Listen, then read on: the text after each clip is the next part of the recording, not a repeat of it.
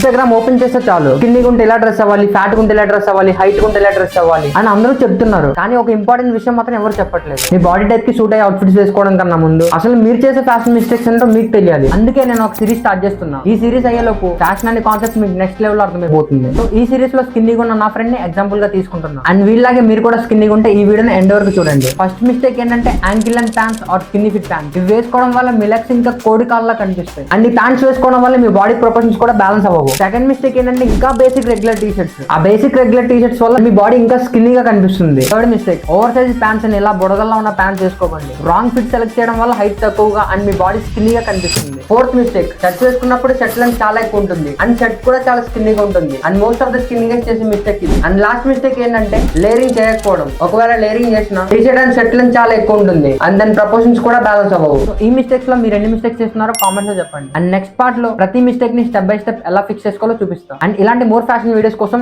Do follow style seeker.